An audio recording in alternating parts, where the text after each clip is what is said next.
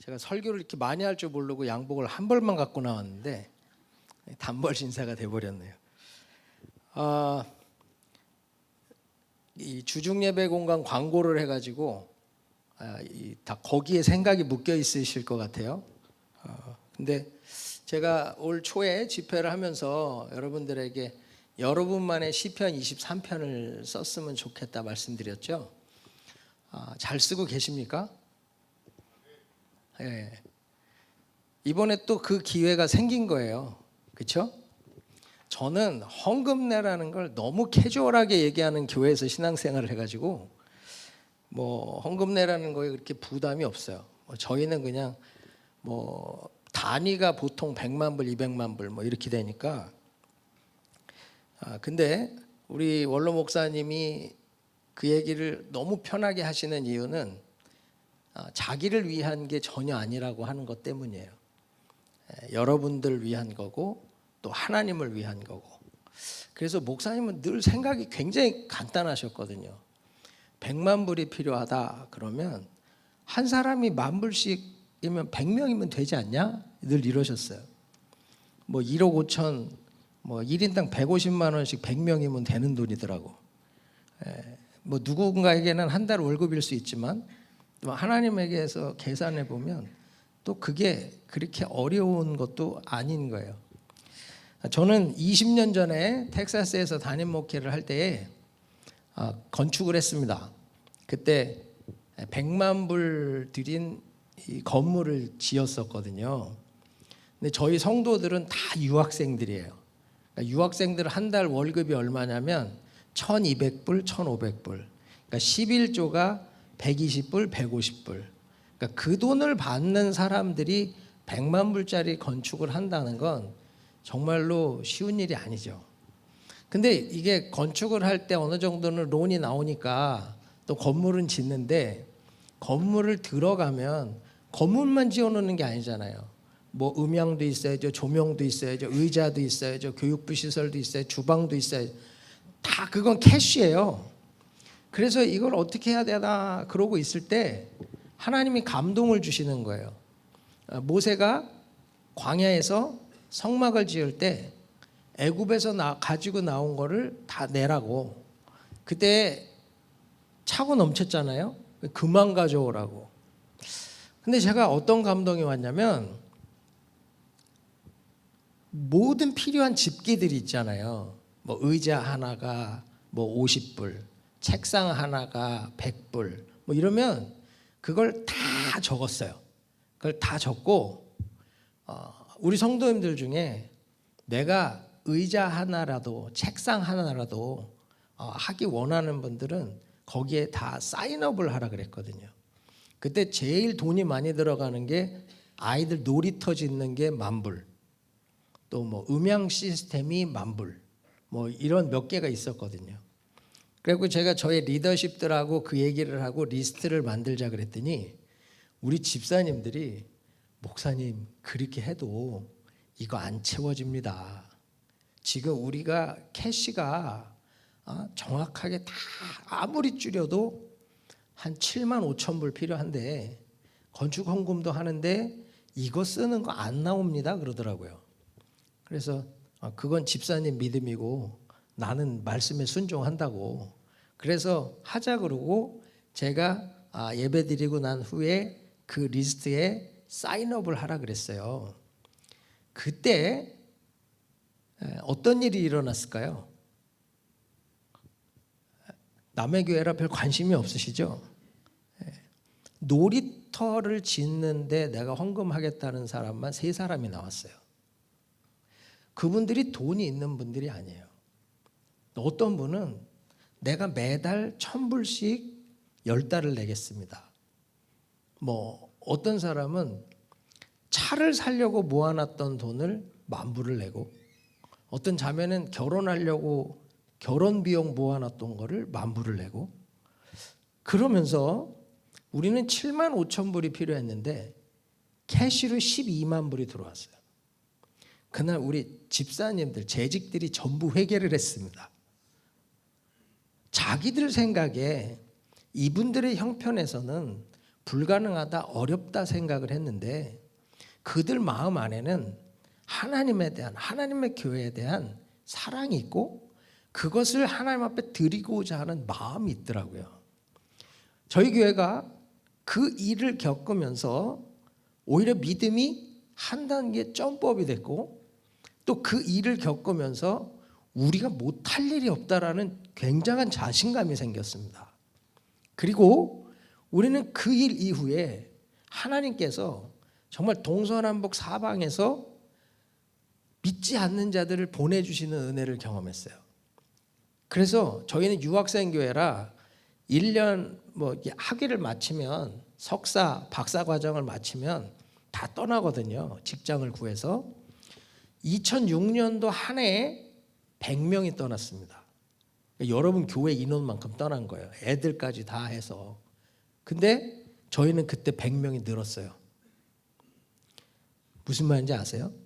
근데 저희는 반 이상이 저희 교회에 와서 처음 신앙생활 하는 사람들, 그러니까 생짜들, 교회라는 데를 한 번도 나와보지 않은 사람들. 근데 그 사람들이 와서 은혜 받고 거듭나고 세례받고 집사되고 학위 마치고 떠나는 거예요. 제가 앉아서 우리 안영호 목사님 설명하는 얘기를 들으면서 진짜 너무 참 감사하다. 이게 교회가 한 번 더 성장하는 기회가 되겠구나. 믿습니까? 여러분, 이게 하나님이 주시던 기회가 많지 않아요. 이런 일에 쓰임받을 수 있는 것도 많지 않아요. 저희는 유학생 교회였으니까요. 거기가 또 공대생이거든. 텍사스 A&M 대학이 있으니까 농공대. 그러니까 음대가 없어요. 저희는 찬양팀이나 성가대를 운영하는 게 정말 힘들어요. 와이프들 중에 반주라는 사람이 없으면 반주자도 구하기가 어려운 그런 교회니까.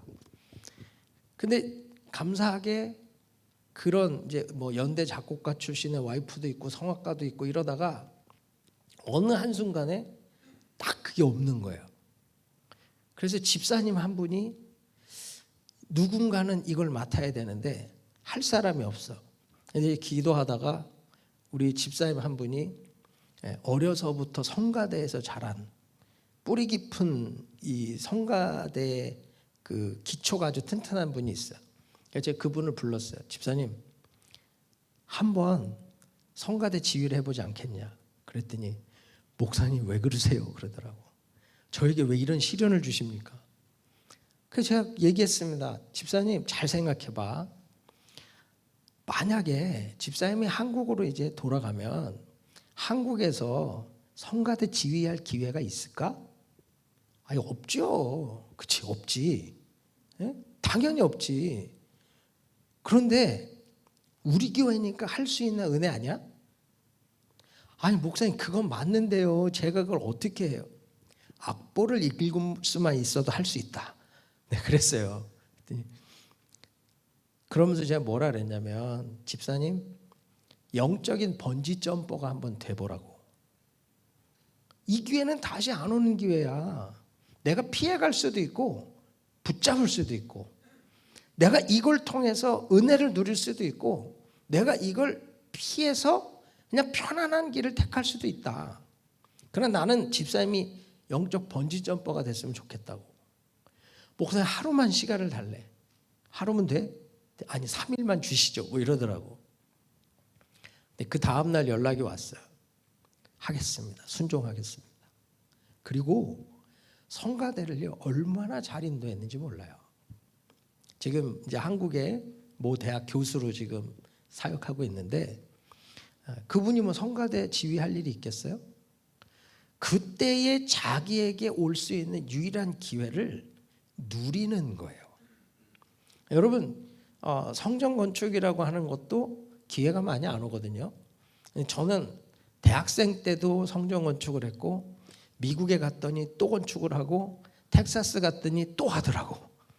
그래서 저는 평생 성전 건축을 3번을 했는데 그게 오히려 저에게 복이었고 은혜였고 감사했습니다. 저는 여러분들이 이 일을 하면서 진짜 하나님의 위대한 간증자들이 될 수 있기를 축복합니다. 이런 기회에 정말로 하나님이 복 주시는 사람들이 나오고 이 기회가 하나님이 나와 함께 하심이 경험되어지는 축복된 자리예요. 많은 경험을 하지 않으면 못해요. 저희 김광신 목사님이 지금 우리 교회 자리를 알아볼 때 저희는 뭐 20년이 넘도록 교회 예배당 없이 선교만 했어요. 그러니까 뭐 너무 많은 선교비가 나가니까 예배당을 구할 방법이 없죠. 그래서 맨날 예배당을 빌려서 드렸는데 나중에는 정말 오갈 데가 없어진 거예요. 그래서 호텔 볼룸을 빌려갖고 예배를 드려야 되는 상황까지 몰렸을 때예요. 그때 교회 장소를 알아보는데 목사님은 한 60에이커짜리를 보시고 여길 가야 된대요. 60에이커면 어느 정도냐면 한 4만 평? 4만 평 되나? 교회를 4만 평이 질 일이 있어요? 대학을 질 판인데 그 땅을 보시는 거예요. 지금 우리 담임 목사님하고 가서 그 자리에 가서 보여주면서 여기 교회를 해야 된다. 근데 목사님도 황당하잖아요. 왜냐하면 돈이 한 푼도 없는데. 목사님 돈은 있으세요? 그러고 물어봤더니 우리 목사님이 돈은 없다고. 근데 이제 우리 하늘에 쌓아둔 거 가져다 쓸 때 되지 않았나? 야, 그때 이게 뭐 말을 못하는 정도가 아니라 그분이 얼마나 자기 하나님에 대한 자신과 확신이 있는지. 우리가 그동안 선교하면서 하늘에 심었고 그 하늘에 심은 것이 하늘 은행에 쌓여 있다면 우리가 꼭 필요할 때 하나님 그걸 가져다 쓸 수 있게 해주지 않겠냐는 거예요. 근데 하나님은 그곳은 주지 않으셨어요. 근데 그 반 사이즈 되는 데를 주셨는데 혹시 미국에 오셔서 은혜교회 와보신 분들이 계신지 모르겠어요. 저희 교회는 공원이 있습니다. 공원. 그 공원에서 전교인 3,000명, 아이들까지 5,000명이 족구대회를 하고 먹고 놉니다. 오시면 문화 충격이 좀 있을 거예요. 이 교회가 아닌 캠퍼스죠, 정말. 근데 하나님은 그 교회를 주시고 그 교회를 감당케 해주셨어요.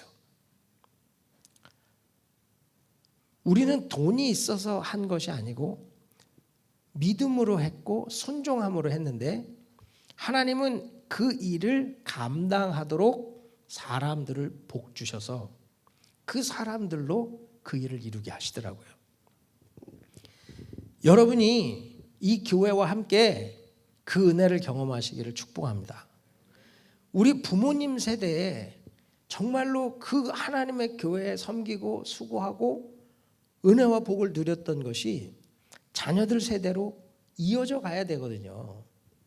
저희는 그 큰 성전을 짓고 우리 뭐 본당 2,500석을 지었지만 저희 친교실이 1,500명이 라운드 테이블을 깔고 식사를 할 수 있어요. 상상이 안 되시죠? 이게 교회인가 싶을 거예요. 근데 저희가 그렇게 지은 이유는 선교대회나 선교사님들을 섬기기 위해서. 저희 건물은 철저하게 섬기기 위해서 세워졌어요. 그래서 우리 성도들이 쓰기에는 또 불편함이 좀 많아요. 그런데 모든 포커스가 섬기기 위해서, 선교하기 위해서. 제가 정말 그런 섬기고 선교하는 교회를 섬길 수 있는 게 너무 감사하고 너무 기쁜데 제가 지난 한 주 동안 제가 뭐 목요일 날 2번 집회를 하고 또 오늘 설교를 하는데 목요 예배 끝나고 나서 계속 마음에 들어오는 것이 우리 주는 교회가 정말 선교하는 교회가 됐으면 좋겠다. 하나님이 선교적 교회로 세우시기를 원한다. 그 마음이 자꾸 들어오는 거예요. 그래서 제가 고민을 하다가 우리 목사님 뭐 당황했다는데 난 더 당황스럽지. 설교를 준비를 새로 해야 되는데. 근데 하나님께서 주시는 감동이 있어서 여러분들하고 나누기를 원합니다. 여러분, 선교 그러면 우리가 좀 선입견을 갖는 게 있잖아요. 선교가 뭐예요? 외국에 가서 문화가 다르고 언어가 다른 곳에 가서 복음 전하는 것. 그렇죠? 그렇게 생각을 하시죠. 그런데 그 다른 나라, 다른 문화권, 다른 언어권에서 복음 전하는 건 선교의 가장 작은 개념입니다. 가장 작은 개념.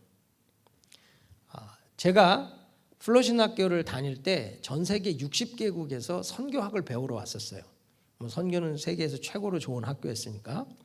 그런데요, 제가 입학할 때는 저희 플러신학교가 학부가 3개가 있어요.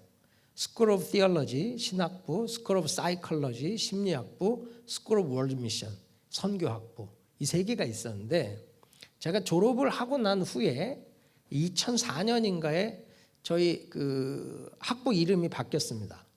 School of Intercultural Studies. 이걸 한국말로는 교차문학 석사라고 표현을 하더라고. 근데 Intercultural Studies, 두 문화 사이에 대한 연구를 선교로 규정하기 시작했어요. 그 말이 뭐냐면 여러분, 우리 자녀 세대가 복음으로 소통하려면 선교로 이해하셔야 돼요. 제가 오늘 우리 교사들 예배 때도 그 말씀을 드렸습니다. 아이 세대에게 복음을 전하는 게 선교라고. 우리 세대와 아이 세대가 전혀 다른 문화권, 다른 언어예요.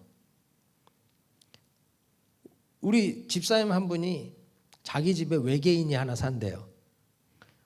무슨 소리냐고 그랬더니 중학교 2학년 딸이 있는데 얘가 하는 말은 하나도 못 알아듣겠대.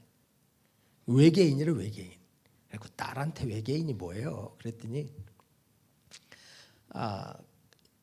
우리 여동생도 저희 지금 우리 아이들이 여기 와 있지만 쟤네들하고 문자하는 게 더 좋대요. 왜냐하면 얘네는 줄임말을 안 쓰잖아. 미국에 있는 애들이니까 그냥 그대로 쓰죠. 여기 애들은 말을 줄여놓으니까 해독을 해야 돼. 이게 뭔지를 몰라서. 그 아이들의 문화와 우리의 문화가 다르단 말이죠. 그러니까 두 문화 사이에 대한 연구가 없이는 복음이 전달이 안 됩니다. 소통이 안 돼요. 저는 젊은이들 사역을 오래 했기 때문에 저는 젊다는 생각을 많이 했는데 이젠 내가 늙었구나를 스스로 느껴요. 왜냐하면 얘네들 음악이 안 들려. 얘네들이 듣는 그 랩이 안 들려요. 내가 가사를 보고 들어도 모르겠어. 근데요, 저는 그걸 연구합니다. 이 아이들이 왜 이런 가사를 듣고 이런 리듬을 듣고 왜 이걸 좋아할까? 그걸 연구하지 않으면 소통이 안 돼요. 그런데 지금 우리는 그 연구를 안 해요. 교회가 세상에 대한 연구를 안 한다고. 저희 아버님 세대들이 좋아하던 게 트로트잖아요. 그러니까 나는 도대체 왜 저런 음악을 들으실까? 이런 느낌이 있었거든요. 그런데 우리 자녀 세대들도 나를 보면 또 그런 느낌이 들지 않겠어요? 근데 여러분 잘 생각해 보세요. 미스터 트롯 대박 났죠? 그게 지금 부모님 세대만 들어요? 아이들 세대도 들어요? 전 세대가 들어요. 이 세상은요, 문화 콘텐츠를 이해해서 그들에게 돈을 벌기 위해서라도 엄청난 연구를 통해 소통하는 방법을 찾고요, 그 문화를 다음 세대들과 공유할 수 있도록 찾아간단 말이에요. 그런데 교회는 전혀 연구를 안 해. 흉내를 내려고 해. 교회에서 흉내내서 만든 복음성가 랩은 내가 들어도 민망해. 참 내가 들어도 안타까워요. 이걸 어떻게 하라 그럴까라는 느낌이 들 만큼 이게 선교지란 말이죠. 여러분, 우리 자녀 세대에게 복음을 전하는 것 선교예요. 굉장히 중요한 선교입니다. 그러면 우리는 두 문화 사이에 대한 연구를 통해 소통하려고 해야 되거든요. 자녀들하고 말이 안 통한다, 속상하다, 화난다 하지 마시고 내가 그 아이들과 소통하기 위해서 얼만큼 노력하고 있고 연구하고 있나 생각해 보시길 바라요. 여러분, 부부끼리도 선교지입니다. 남자와 여자가 서로 전혀 다른 언어를 쓰거든. 맞습니까? 그러니까 와서 목사님 우리 남편이랑 말이 안 통해요. 외국인이랑 사는 줄 알았어. 한국 사람인데 말이 안 통해. 서로가 전혀 다른 문화권이기 때문에, 다른 언어를 쓰기 때문에. 여자들이 미장원 갔다 와서 남편에게 얘기합니다. 여보, 뭐 달라진 거 없어? 절대로 발견을 못해. 절대로 몰라. 그럼 여자들은 화를 내. 그럼 남자 입장에선 짜증나는 거예요. 여보, 나 머리 했는데 어때? 해주면 되잖아. 그걸 굳이 찾아내야 되냐고. 예? 굳이 그걸 설명을 해야 돼? 뭐 이렇게 얘기를 한다. 나에게 관심이 없어. 나를 사랑하지 않아. 어쩌라는 거예요 도대체. 남자들 입장에서는 황당한 거예요. 왜? 언어가 다르기 때문에. 집에 들어와서 피곤한데 아내들이 얘기해요. 여보, 나 오늘 어디 마켓 갔다가 누구 만났다? 그럼 남자들은 중요한 일이 있다고 생각해요. 그래? 뭐 무슨 일 있어? 근데 말이야 거기서 뭐를 사고 아무 의미 없는 얘기를 계속하기 시작하면 남자는 짜증이 나는 거예요. 서로의 언어가 다르기 때문에, 문화가 다르기 때문에 소통이 안 되고, 그 소통이 안 되는 것 때문에 서로 상처받고 힘들어지는 거죠. 여러분, 우리가 선교라는 개념은 전혀 다른 두 문화권에 대한 연구, 그리고 그걸 서로 소통하는 것이 선교예요. 그다음 여러분 필리핀 가시죠? 뭐 37명이 간다 그러는 것 같아. 제가 보니 거의 전 교인의 절반이 가는 것 같아. 너무 감사해요. 근데 여러분 필리핀을 가면서 필리핀을 연구하십니까? 필리핀이 스페인의 식민지였던 거 아세요? 수백 년 동안 스페인의 식민지였어요. 미국의 식민지였던 것도 아세요? 미국에는 50년도 안 돼. 근데 필리핀이 스페인어를 써요? 영어를 써요? 영어 써요. 스페인 식민지 중에 스페인어를 쓰지 않는 유일한 나라입니다. 왜 그럴까요? 연구해야 돼요. 그들 안에 스페인 문화와 미국 문화와 그들 고유 문화가 혼합주의처럼 섞여져 있다라고 하는 걸 이해해야 돼요. 거기다가 스페인이 가져온 캐톨릭, 미국이 가져온 개신교, 그들이 갖고 있는 고유 종교, 이 혼합주의 안에서 어떻게 복음으로 소통할 수 있는지를 연구해야 된다는 거예요. 그 연구가 없으면 우리는 피상적인 선교를 할 수밖에 없습니다. 여러분, 동남아 선교는 굉장히 어려워요. 왠 줄 알아요? 많은 교회들이 돈으로 선교했어요. 돈으로 선교했다는 게 건물 져주고 사진 찍고 끝. 뭐 물건 갖다 주고 필요한 거 채워주고, 영적으로 변화시키거나 영적으로 영향을 주는 사역을 거의 안 했습니다.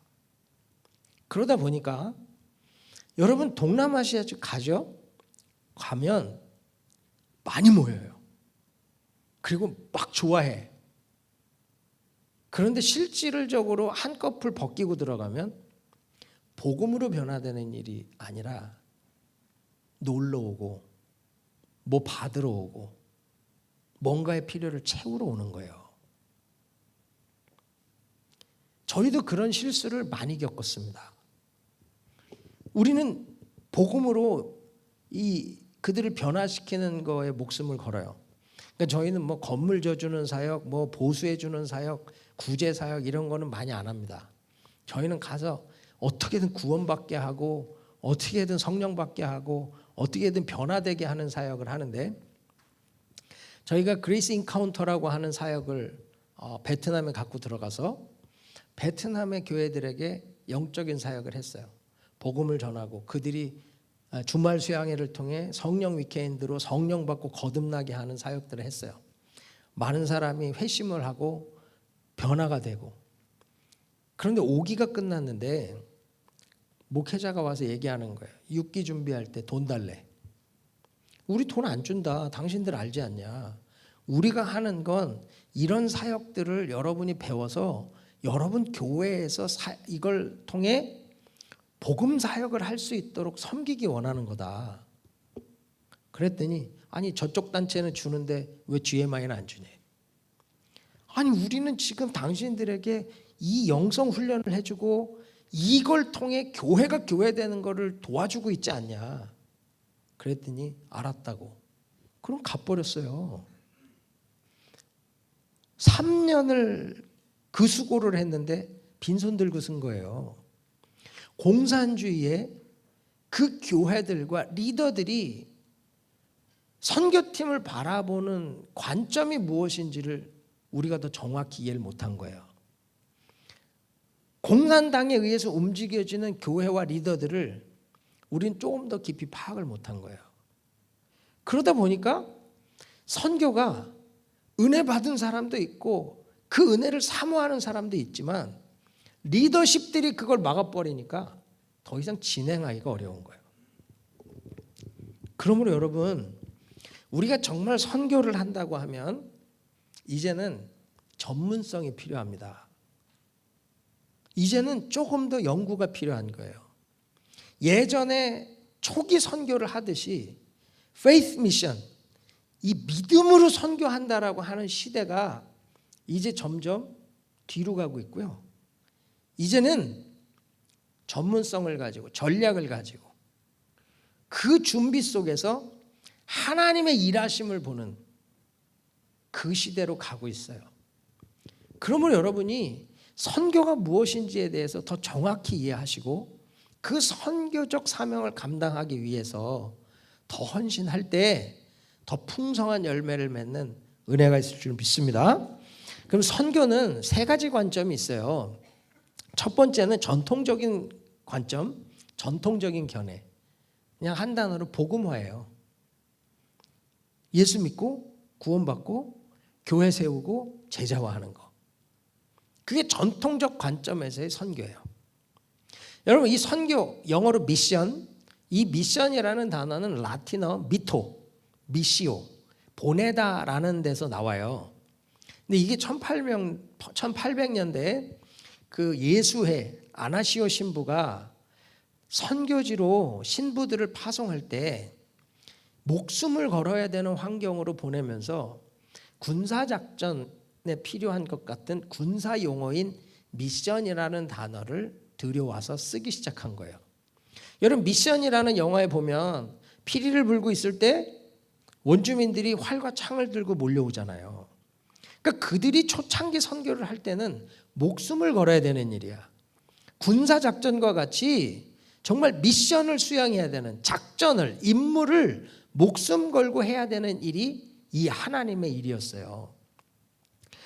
그래서 이 미션이라고 하는 것을 이들에게는 군사작전 같이 사용하게 되었고 그 단어가 이 기독교의 미션, 선교라는 의미로 들어오게 된 겁니다. 그런데 오늘 본문에서도 보면 예수님이 중풍병자를 데려왔을 때 병부터 고쳐요? 아니죠. 소자야, 작은 자여, 내 죄사함을 받았느니라. 죄사함 받았다는 게 뭐예요? 구원함을 받았다는 거죠. 구원을 선포하고 있다고. 그래서 이 복음화라고 하는 것이 선교의 본질이다. 이게 전통적인 견해예요. 두 번째는 진보적인 견해입니다. 진보적인 견해라고 하는 건 뭐냐면 인간화예요. 인간화. 인간화라는 게 뭐죠? 여러분 선교지 가보시면 참 어렵게 살죠. 진짜 어떻게 21세기에 저렇게 사나. 뭐 맨발로 다니고 약도 없고 학교도 못 가고 옷도 제대로 못 입는. 그런데요, 그 상황을 보면 이게 사람답게 사는 게 중요하지 않겠냐는 마음이 들죠. 그래서 선교의 포커스를 인간화, 인간답게 사는 거에 초점을 맞추는 거예요.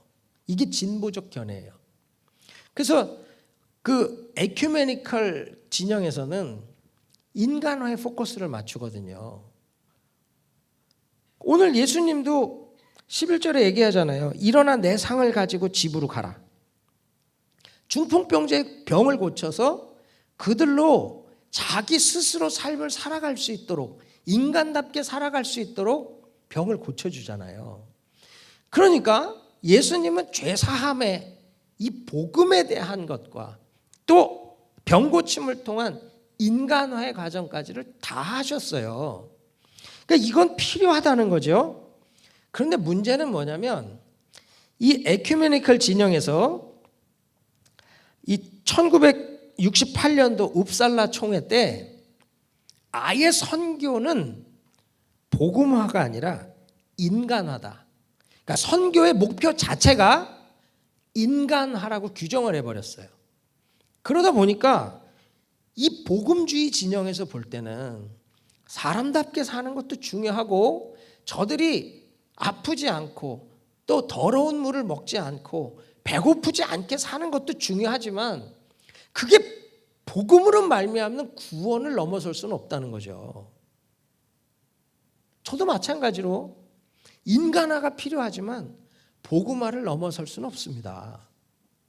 그래서 세 번째 나오는 관점이 뭐냐면 통합적 관점이에요. 통합적 관점은 뭐냐? 선교란 복음화 플러스 인간화.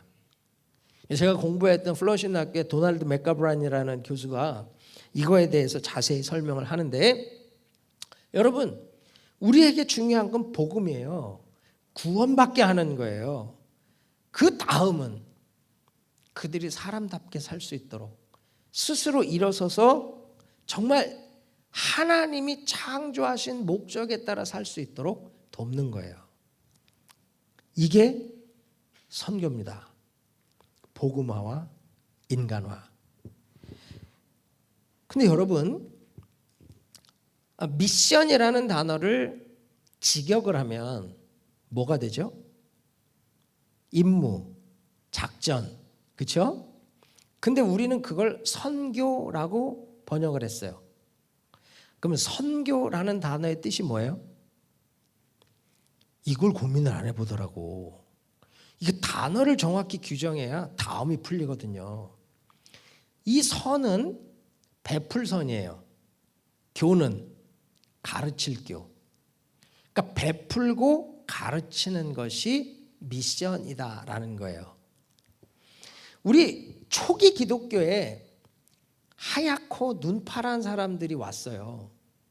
이 사람들이 말도 안 통하는데 와서 무얼 하지? 우린 궁금하잖아요.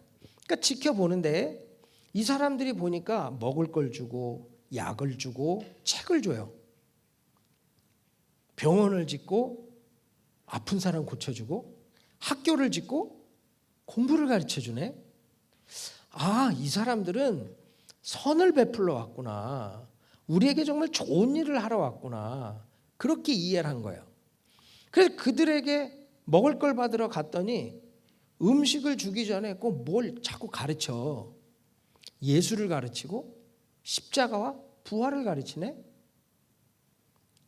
아니, 애들을 공부하라고 학교 보냈더니 얘네들이 가서 공부를 하고 오는데 보니까 예수를 배우고 주기도문을 외우고 밥 먹기 전에 성경을 암송하네. 내가 아파갖고 병원에 갔더니 나에게 병을 고쳐주기 전에 예수가 누군지, 구원이 뭔지를 자꾸 설명하고 믿으라고 하는 거예요. 그러면서 이 사람들은 단순히 약 주러 온 게 아니고 책 주러 온 게 아니고 구원의 도를 가르치러 왔구나, 이렇게 깨달은 거예요. 그래서 한국 교회는 전 세계에 유례 없이 미션이라는 단어를 베풀선에 가르칠 교로 번역을 한 겁니다. 어마어마한 자부심을 가지셔야 돼. 선교라고 하는 의미를 정확히 안 거예요. 이 미션이라는 단어가 복음화, 인간화라는 걸 정확히 담고 있다는 거예요. 그렇죠?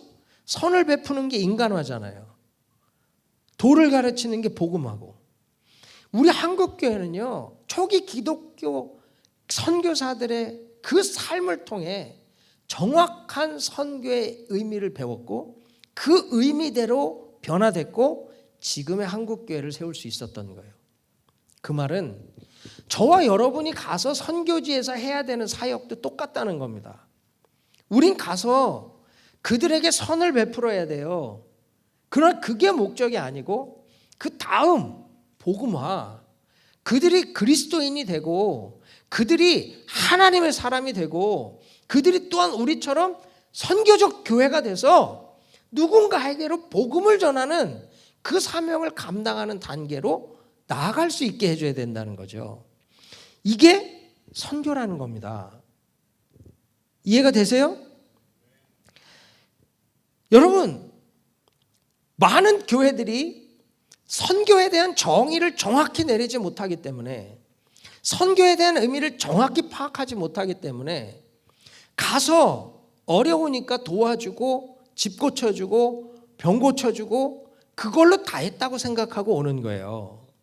그러나 진짜 선교는 그들에게 예수 그리스도로 말미암는 구원, 그 예수로 말미암는 감격, 예수로 말미암는 영광을 경험시키는 것이 진짜 선교라는 겁니다. 여러분, 지금 팬데믹 이후에 선교의 판이 완전히 바뀌고 있어요. 선교적 시대적 변화가 오고 새로운 국면을 맞이하고 있는데 많은 교회들이 예전에 하던 습관 그대로, 예전에 하던 방식 그대로 가고 있어요.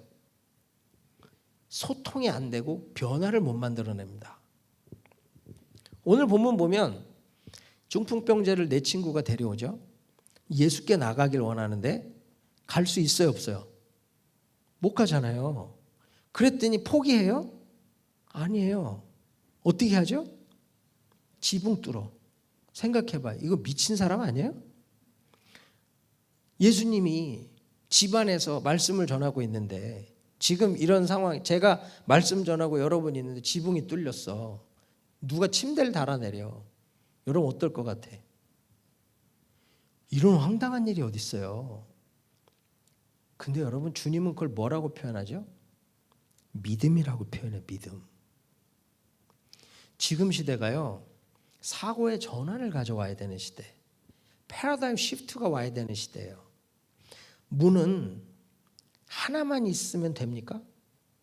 두 개 있어도 되죠. 옆문만, 뒷문도 만들 수 있고, 그럴 수 없다면 아무도 상상하지 못하는 지붕에도 문을 만들 수 있으면 돼요. 선교는 새로운 문을 만들어야 되는 시대에 맞닥뜨리고 있다는 거예요. 지금 새로운 문을 만들어야 되는 시대인데 교회는 여전히 예전 방식을 고집하고 우리가 익숙한 대로만 하려고 해. 단기 선교 한번 갔다 오면 선교가 완성이 됩니까? 아니요. 저희는 선교를 갔다 오고 나서 줌으로 계속 훈련을 합니다.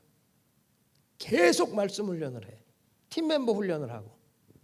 저희가 이번에 필리핀에 가서 VBS 사역을 했어요. 여름 성경학교 사역을 하고 그 교사들 훈련을 하고 왔어요.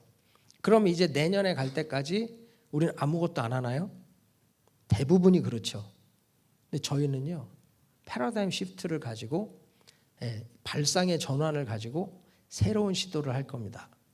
이제 필리핀의 교회들의 하나의 행사를 하는 훈련을 하는 게 아니라 매주 아이들을 말씀으로 양육할 수 있는 훈련을 접목시킬 거예요.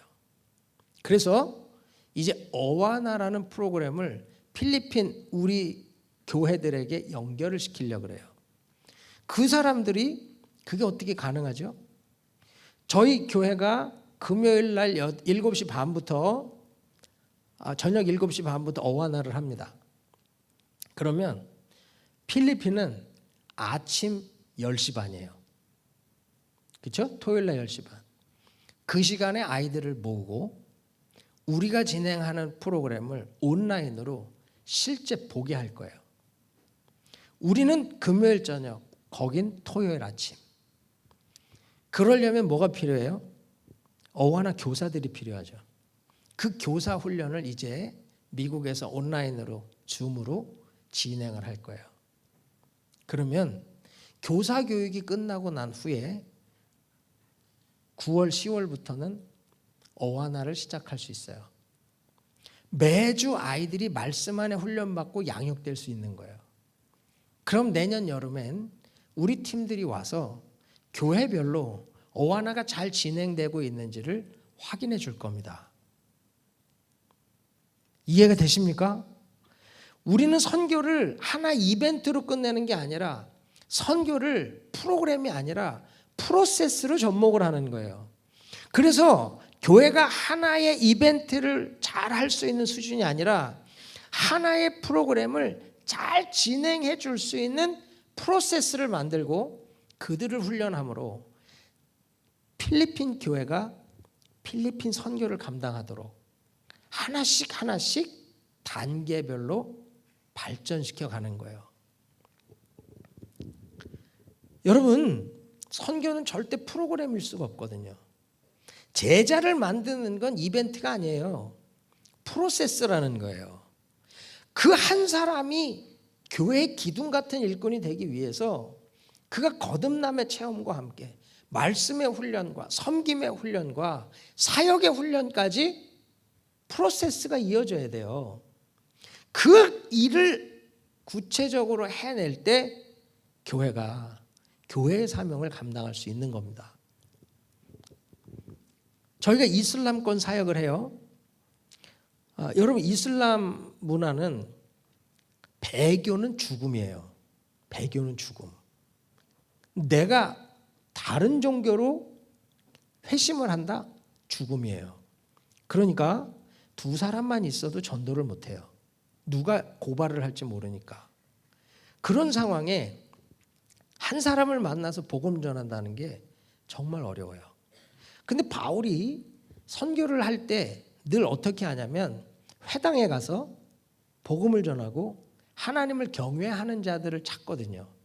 그 하나님을 경외하는 자들을 찾으면 그 사람들과 교회를 시작해요. 이게 바울의 선교 전략이에요. 우리도 마찬가지로 어느 지역을 가든 하나님을 경외하는 자를 찾는 거예요. 근데 이슬람권에서 누가 하나님을 경외하는 자들인지 대중 집회를 통해서 찾아낼 방법이 없어요. 근데 팬데믹을 지나면서 우리에게는 온라인이라고 하는 전도 플랫폼이 만들어지기 시작했고 우린 그걸 통해서 전도하는 사역을 계획하는 거죠. 그래서 우리 이슬람권에 사역하는 선교사님이 미국에 있는 서버를 사용해서 구글과 연동을 시켜놓습니다. 그러면 아랍어로 예수가 누구인가? 아니면 기독교는 무엇인가? 십자가, 부활, 궁금한 거를 검색하겠죠. 그러면 그 검색창의 검색어가 우리 선교사님 링크와 연결되게끔 추천 링크를 뜨게 만들어놔. 그러면요, 그걸 클릭해서 들어와요. 그럼 그 컨택 포인트를 찾아요. 예수에 관심이 있고 복음에 관심이 있는 그 컨택 포인트를 찾으면 그 사람을 우리 이슬람권에 있는 현지 사역자들, 선교사님들 말고 우리가 훈련시킨 현지 사역자들과 매칭을 시켜요. 그러면 그 사람들이 개인 컨택을 통해서 복음을 전하고 그들을 예수 믿도록 인도를 해요. 지금까지 수많은 사람이 그 접촉점을 통해 복음을 듣고 변화가 돼요. 제가 필리핀에 나오기 전에 우리 선교사님한테 보고를 받은 건 2주 동안에 접속한 사람이 48명. 그 중에서 복음 전하고 예수 믿은 사람이 8명.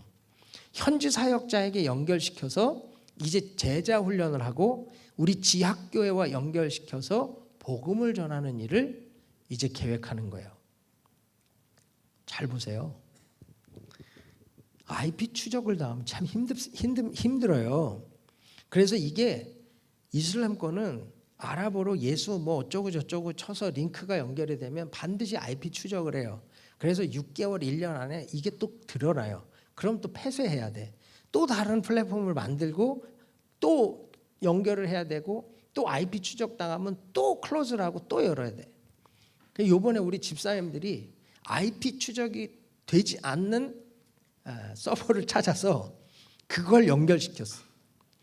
보이스피싱 애들이 하듯이 IP 추적이 안 되는 그거를 우리가 또 정부에 뭐 이렇게 무기 관련한 비즈니스 하는 집사님이 거길 통해서 그 비딩 계약서를 넣고 그쪽에서는 야 이렇게 하면 IP 추적이 안 돼서 니네 회사를 우리가 검증을 할 수가 없어. 다르게 보내줘. 안 되는구나. 정부도 못 뚫는구나. 이제 이걸 확인을 하고 이제 그쪽을 연결을 해주거든요. 잘 보세요. 이제 우리가 예전에 복음을 전하던 시대와 바뀌고 있단 말이에요.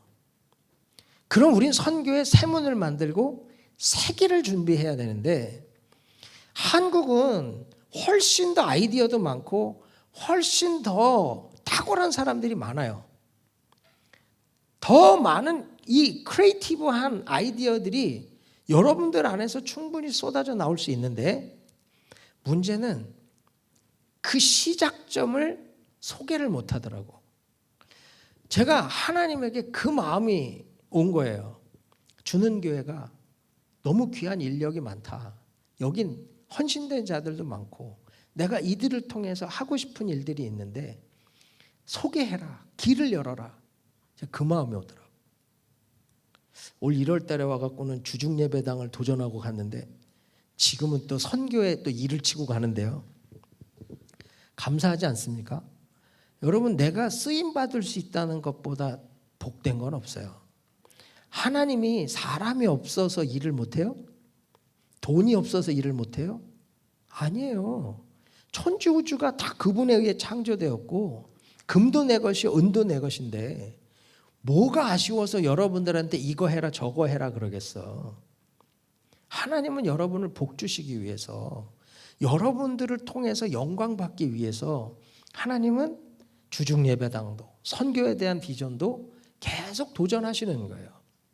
어떤 사람은 이게 부담이 되겠죠. 그럼 어떤 사람은 익사이팅 할 수 있어요. 와 신나는데 이거 뭔가 해볼 수 있겠는데 야 이거 내가 내 은사로 이걸 해볼 수 있겠는데 여기 지금 아주 뭐 직장이나 기술들이 다양하더라고. 여러분이 가진 직업이 선교의 귀한 도구가 될 수 있어요.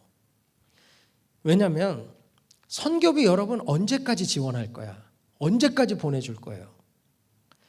중요한 건 현지인들이 직장을 잡고 사업을 하고 돈을 벌어서 재정 자립을 하고 재물의 청지기가 될 수 있으면 그들은 더 많은 일을 더 효율적으로 할 수 있단 말이에요.